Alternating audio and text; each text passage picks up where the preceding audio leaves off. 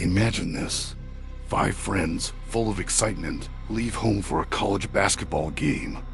They're just like any other group of guys, looking forward to a night of fun. But these 5 friends never came back. What happened to them that night would become one of the most baffling and heartbreaking mysteries in California as history. This is the story of the Yuba County 5. It's February 24th, 1978. The 5 men, Gary Mathias, Jack Madruga, Ted Wire, Jackie Hoot, and Bill Sterling, are all close friends from Yuba County. They share a special bond, partly because they all live with mild intellectual disabilities or mental health conditions. But make no mistake, they were independent, capable adults who held jobs and were cherished by their families. Their biggest shared passion was basketball. They played together on a team called the Gateway Gators and were incredibly excited about their own championship game scheduled for the very next day. Winning was so important to them that they'd already laid out their uniforms, ready to go. That evening, they piled into Jack Madruga's prized 1969 Mercury Montego. Jack was very protective of his car. He never let anyone else drive it. Their destination was a college basketball game at California State University, Chico, about 50 miles away from their homes in Yuba City. The game ended, and they were seen leaving, stopping at a local market for snacks and drinks, sodas, candy bars, cartons of milk. They were laughing, happy, and looking forward to their big game the next day. They drove off into the night, and that was the last time anyone saw them alive. When they didn't return home, their families grew frantic. This was completely out of character. A massive search began, but for days there was nothing. No car, no sign of the men.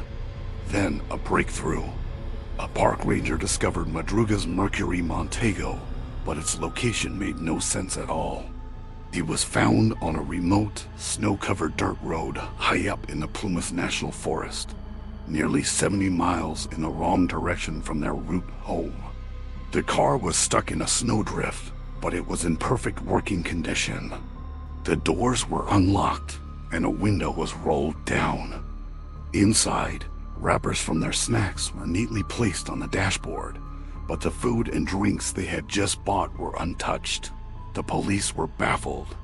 The car had a quarter tank of gas, more than enough to have turned around and driven back down the mountain before getting stuck.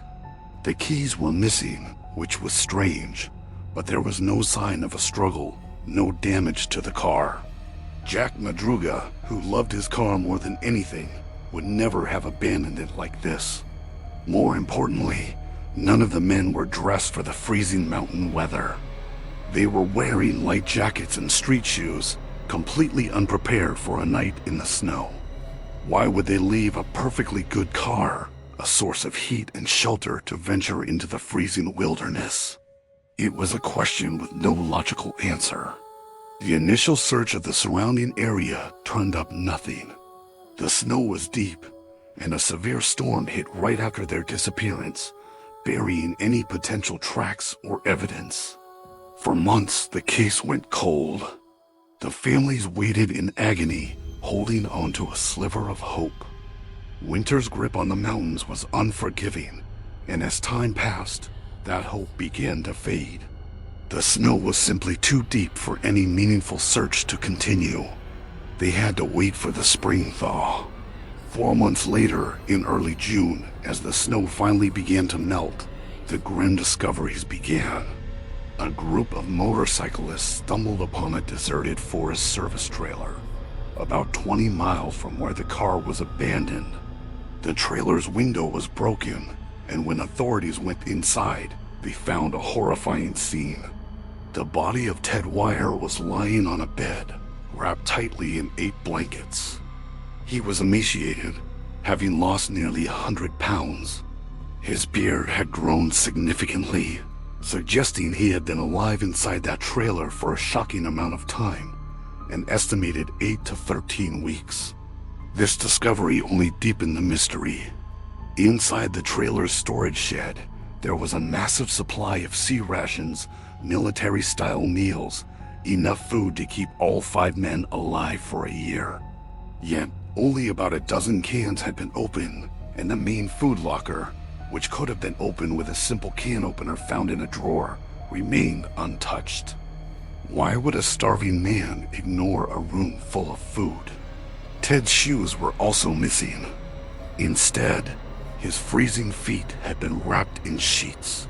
On a table next to his bed were his ring, his wallet, and a gold watch that didn't belong to him, later identified as belonging to Gary Mathias. The search teams fanned out from the trailer. A few days later, they found the remains of Jack Madruga and Bill Sterling about 7 miles away, on opposite sides of the road leading back towards the car. Their bodies were decomposed, picked apart by animals.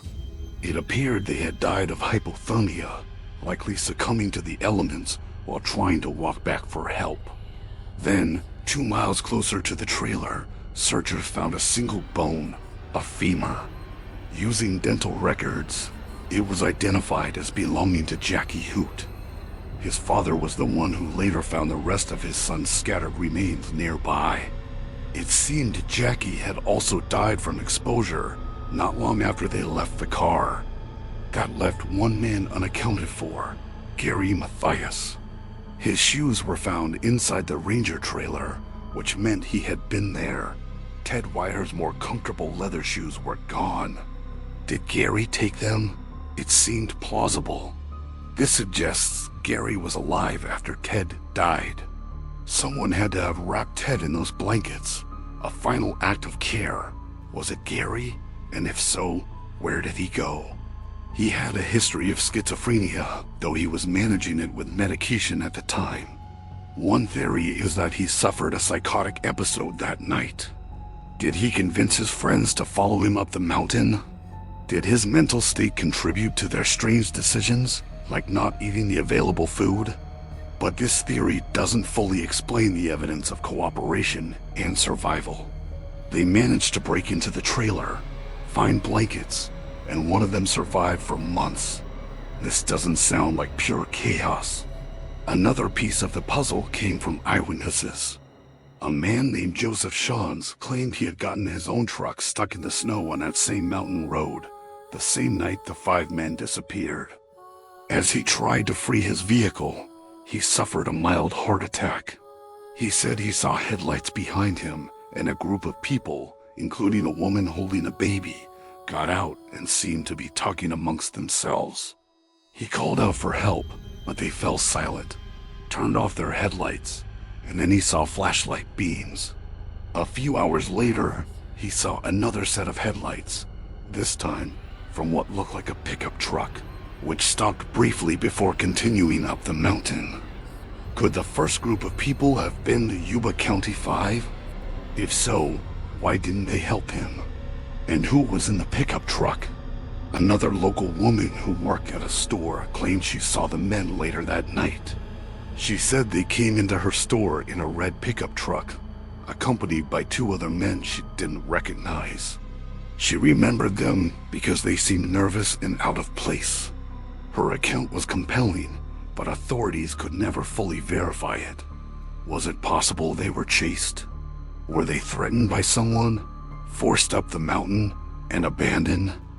This could explain why they left their own car and fled into the wilderness. It could explain their fear and confusion. But even this theory has holes. If they were with someone else, who was it? Why would someone force them 20 miles up a snowy road, only to leave them there? And what happened in that trailer? Who wrapped Ted Wyer in blankets as he was dying? Who survived the longest? And most importantly, where is Gary Mathias? His body has never been found. Did he make it out of the forest, only to disappear into society? Perhaps suffering from amnesia or another schizophrenic episode. Or did he, too, perish in the vast wilderness, his remains simply never located?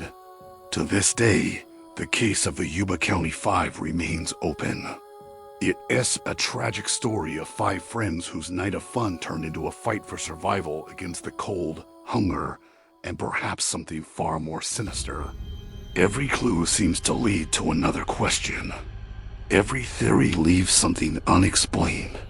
The abandoned car, the untouched food, the missing man, it's a puzzle with too many missing pieces. We may never know the full truth of what happened on that lonely mountain road in 1978. It is a chilling reminder that sometimes the scariest mysteries are the ones that have no answer. Thanks for watching, and if you're fascinated by the unexplained, make sure to follow for more real stories that will keep you up at night.